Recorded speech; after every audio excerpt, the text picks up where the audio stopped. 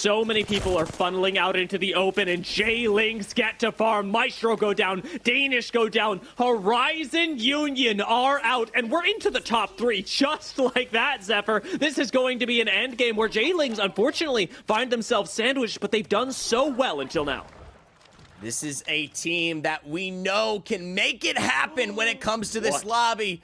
They won it last time around, and they're poised to do it again. An off angle by Nags here already secures massive damage from above onto Phoenix Legacy. He does have to bide his time, but that is major resources expended. No climb up available. Phoenix Legacy just bunkering down in the middle of this, and you can't help but feel bad for them as Kella from the top of Down Beast, from the top of Challenger Circuit, now start to push up. Ring starting to close. This is do or die for Kella, for Phoenix Legacy, for J-Lings. Who's going to come out on top? Can Kella finally do it?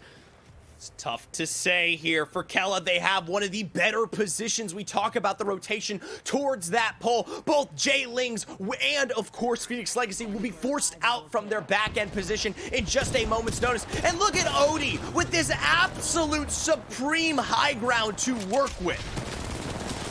Making really good use of it so far. Juso backing him up. Another DG threat, another Bangalore, and another situation where you simply cannot fire back. Phoenix Legacy go down, and Odie fries! That's gonna be the drop for Kella Gaming, and in they come. Nags bites the dust, noises go down. There's one member left, and it's Odie and Juso versus the world as they pick up this final kill. The Prowler does it in for him, and Kella Gaming from the Challenger Circuit pick up their win in Week 7.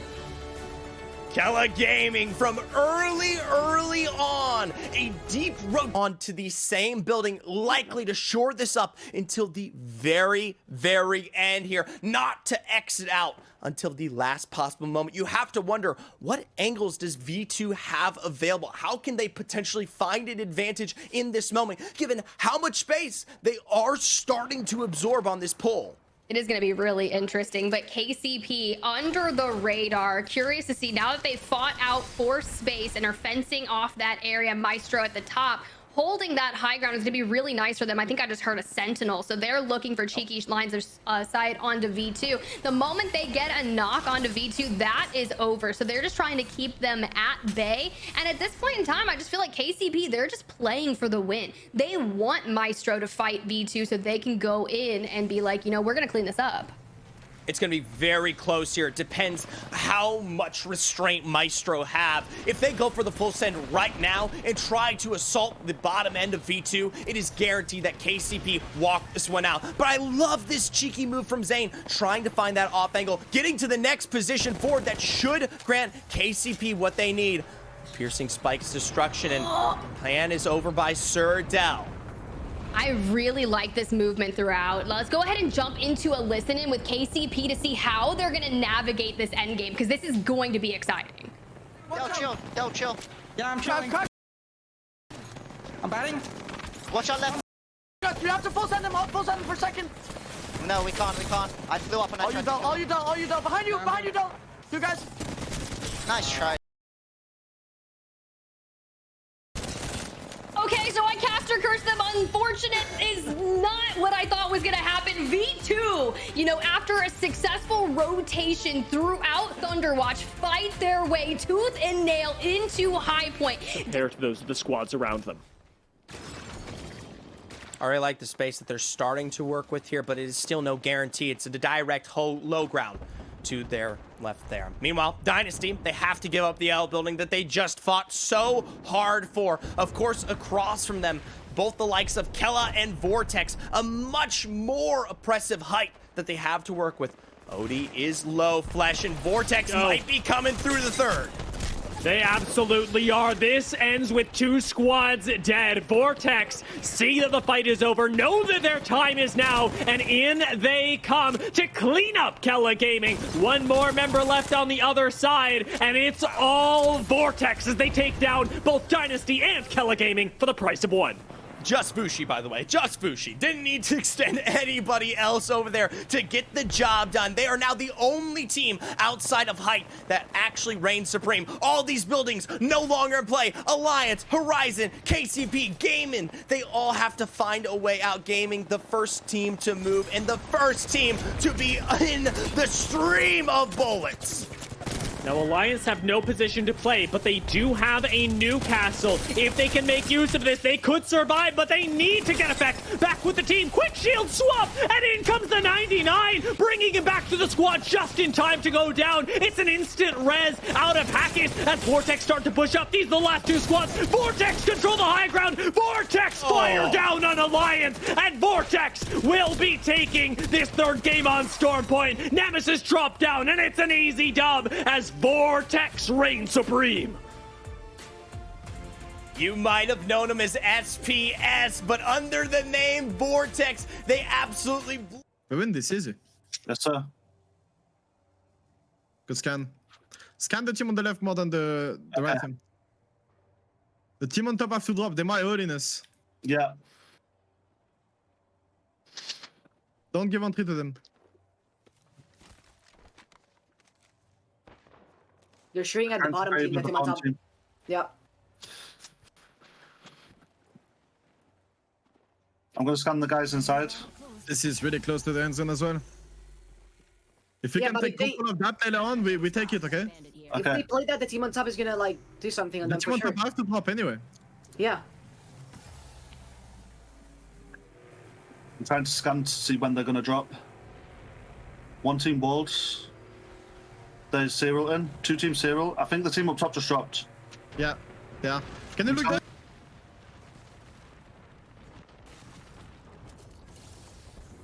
Also, On the right again. the team's coming out now. They're playing the rock. Round the back, round the back, round the back. We're fine. Play this rock on me. We're good. There's still one inside. I broke that suit. Okay. I nearly cracked the guy inside. Yeah, you're good, yeah, Kenda. That's perfect spot. You're good, you're good. Yeah, I know, I know. To the right, Kenda. To the right, Kenda. You might have kept me here. I got the guy spot. Keep me on the right. Last It's the cross. last 2 squads. But they have a knock on the right. Can we clean They're that? going to push. Yeah. See it, quiet. What? I'm not on the right. Get in. What one's that? Nice stoppage.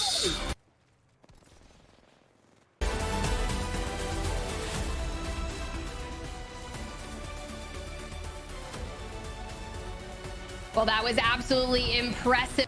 Worried about every team here, as it's likely that they will start to stack as that zone forces them together. Limited time left, even for those on the height. Gaming Gladiators know that this game is putty in their hands right now, and they are hard focused up on the high ground. Nice shots with the G7, not a break yet, but Gaming Gladiators have to deal with this. Hardeki gets beamed from the side. A fragger taken out of the fight as Logri continues to zone out this squad. Slayers going down, and Gaming Gladiators refocusing as Arcstars rain in around them. Do they have cover? Can they survive? As every team from Climatizer is looking at them. Yes, make it. Make the cover. Give yourself an advantage. The wall finally comes out. 30 seconds to go on it, and you have to hope these teams are now forced to fight against one another. It might be just a little too early. KCP with their own source of action pinned them in between the triangle here. They've lost out on Hardeki, and as a 3-man, they take out Artico. Sabs rocks in here from behind. Phoenix Legacy still alive. A third wall joins the fray. And from behind, in comes VORTEX, taking out Phoenix Legacy. As Vushi and Yikyu approach from the opposite side. E6 gonna come in from above. They see KCP, and they know that KCP must die. Kinda sends it, whips out the wingman, and E6 are stabilizing. They're in the top 3. They're in the top 2. And E6 clutch it up from the height to take game 5. Back-to-back champions here on World's Edge. E6 pull the trigger when perfect moment they move forward. You can't say the same though for Gaming Gladiators. Instead, it's Aurora finally out from their building that are able to capitalize, but they themselves eyes upon trained Eternal in rain. Oh, and hey J-Lings, nice height. This is like the picture-perfect place for both Eternal and J-Lings, and I can't help but look at this and be envious of J-Lings because their height is wonderful with so many squads that are going to have to move in. A big threat to them, of course, Horizon off to the side, and we'll see what they're able to do about it as zones starting to close in. J-Lings control everything. They've got themselves a nice pull that lies just out and ahead. So many of these teams will come out from the woodworks, and they may be able to put damage down. Nags on that off angle, taking damage, might have to pull away. Clearly scanned out. The push from above, but the coverage from Noises. Laser precision from J-Lings, knowing that they just have to hold out Horizon Union. Nags is able to recover, albeit barely, and J-Lings continue to thrive on the high ground. Urban doing his best to retain the position for his squad is unable to as they fall. Aurora still in this, but Horizon Union gone. 3 squads left, and Eternal and J-Lings aren't going anywhere. J-Lings need the win. They need the win to come out on top today. But their height has finally petered out. JMW to make that first move, but it's right into the heart of Eternal. They're already there. Who plays there? The instant drop caught them so off guard, and Aurora want to make this push, but only have 2 members to do so, yet they pull it off. Aurora finding the win in Game 6 when they needed it the most. A final success for a team that has been in the roughest angles, and perfect, doing it with the comp we know they love. There's not really a lot of space that they have to play with, they have to work with. That big smoke, that big move is crucial, but drop in will come up through. The wide swing is so early as well that drop in, mitigating the risk of being third party. Despite can't go on too long though, the first knock onto Gent. Stunny needs to stay up here. And it stops, does take a second, popping the shield bad. It's all about finishing this fight as quickly as possible for Drop-In Gaming. They lose 1, however, and now this becomes more dangerous. Tripods go down. Quick res onto Crook may be enough because XSET and Glitch, they're not contesting this.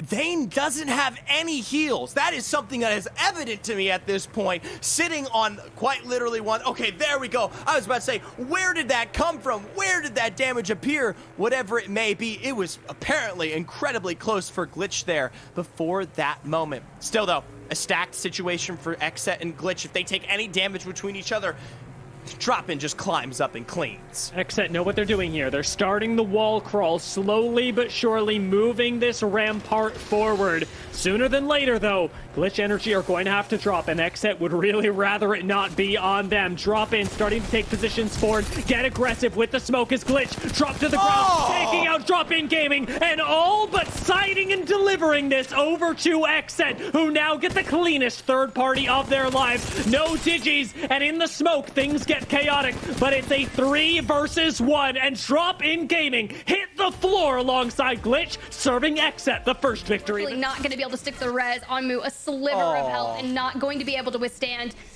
a charge rifle. A shame in the end there, but better than last time around, at least lasting up into, yes, now our top 5 down to 4 here. An absolutely nasty zone to discuss. Almost the entire lobby decimated in the last close in. NRG holding themselves on the bamboo. Enters, playing with the grav cannon for now. Glitch across similarly. Look, you have got to work with whatever you can possibly grab, and as soon as Sweet saw this zone, he probably, moved from the bridge like, we need to play bamboo. We need this. As soon as we get this, we play it smart, we win. The issue is every single team is going to be looking at them so long as they can withstand any damage. But GE able to grab the Kraber from Skittle Cakes' box, has 8 bullets available. Missing there, missing again. It's totally fine. These are just warning shots. They're going to start connecting here shortly.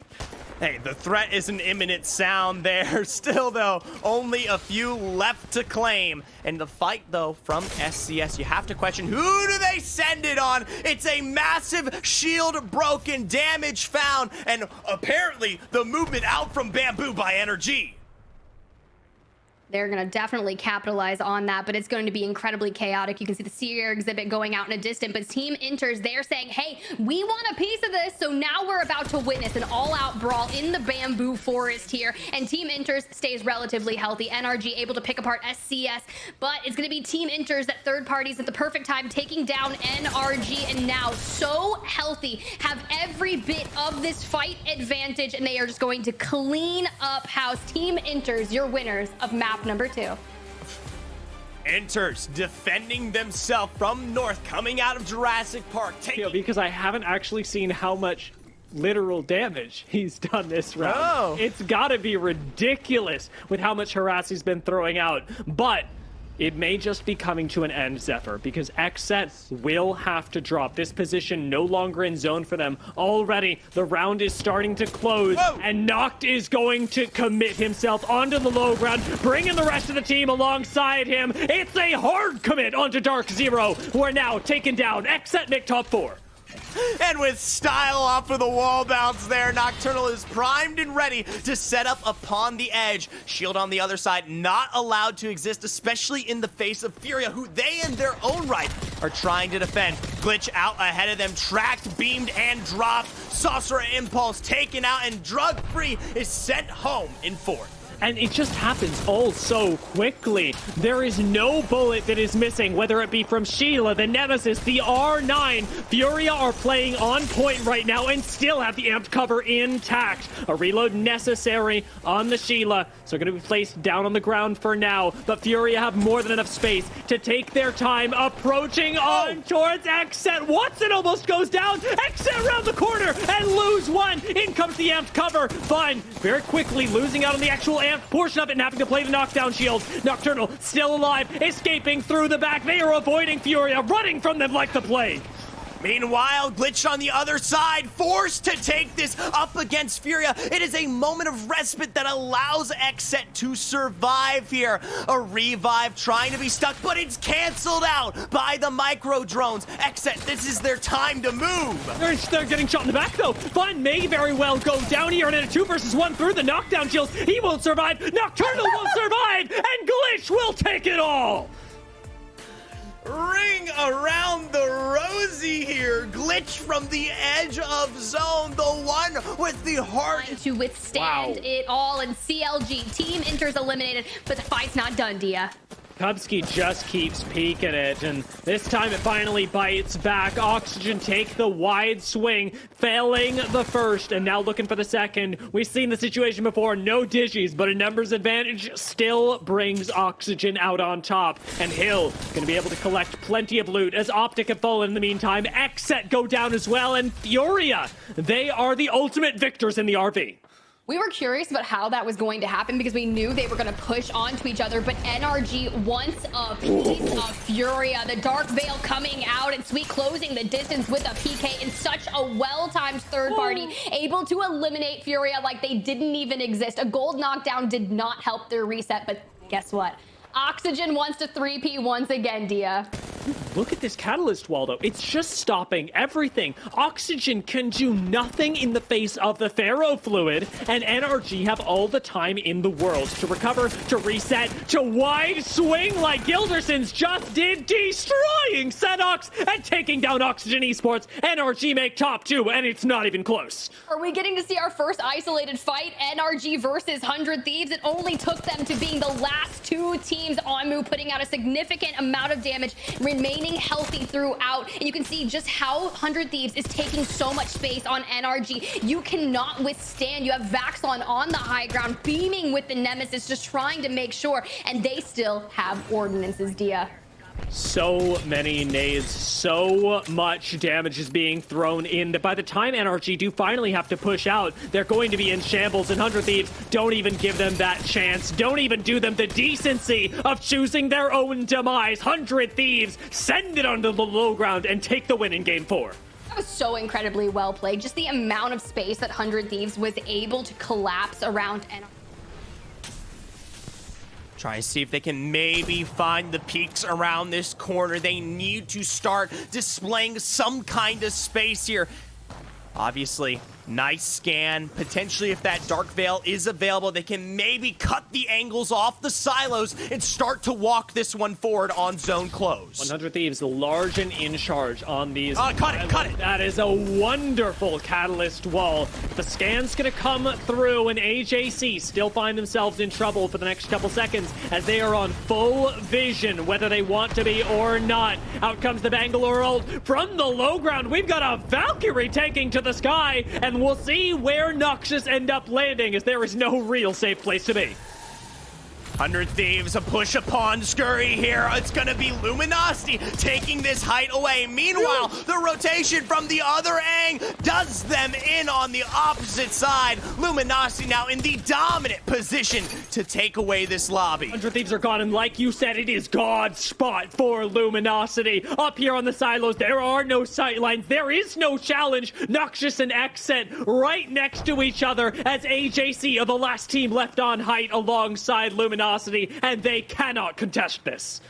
My question is, can anyone assume height here? Is there any other legends in play that can make up this difference? The Horizon in the hands of Yanya, so crucial in this endgame, but they give it up to take it down. The fight ensues below, a 3v3, and they're more than happy to clean this one up. A 2v1, and still a win in our Game 5. Luminosity know exactly what they're looking at in that endgame, and they know that nobody can play for first anymore. As soon as AJ walking it forward onto E8, there aren't any knocks on E8 though, so 100 Thieves do have to put in the damage. That's two, they're gone.